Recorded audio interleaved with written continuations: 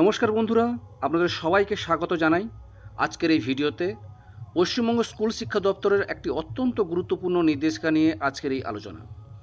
রাজ্য সরকার এবার class 9, class 10, class 11 এবং ক্লাস 12 এর শিক্ষার্থীদের জন্য ডিজিটাল কন্টেন্ট ক্রিয়েটর ল্যাব তৈরির উদ্যোগ নিয়েছে।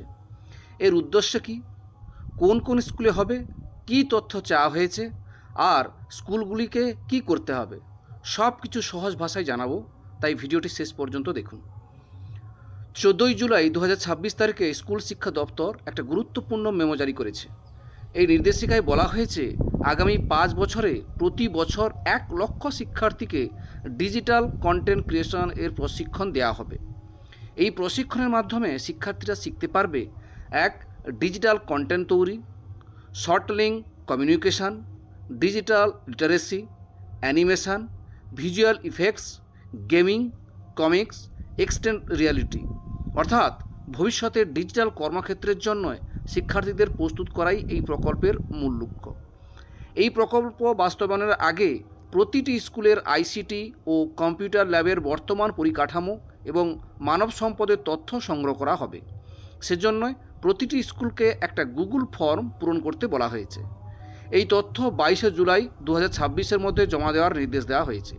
তাই সংশ্লিষ্ট বিদ্যালয়গুলোকে নির্ধারিত সময়ের মধ্যে তথ্য পাঠানোর জন্যই বলা হয়েছে।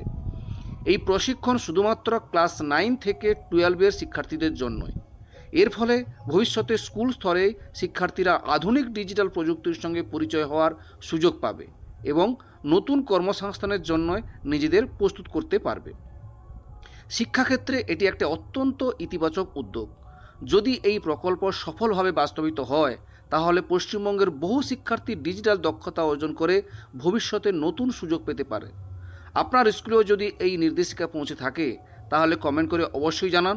ভিডিওটি ভালো লাগলে লাইক, শেয়ার করুন এবং শিক্ষা সংক্রান্ত এমন গুরুত্বপূর্ণ আপডেট সবার আগে পেতে চ্যানেলটিকে সাবস্ক্রাইব করে পাশে থাকা বেল আইকনটি চাপতে অবশ্যই ভুলবেন না।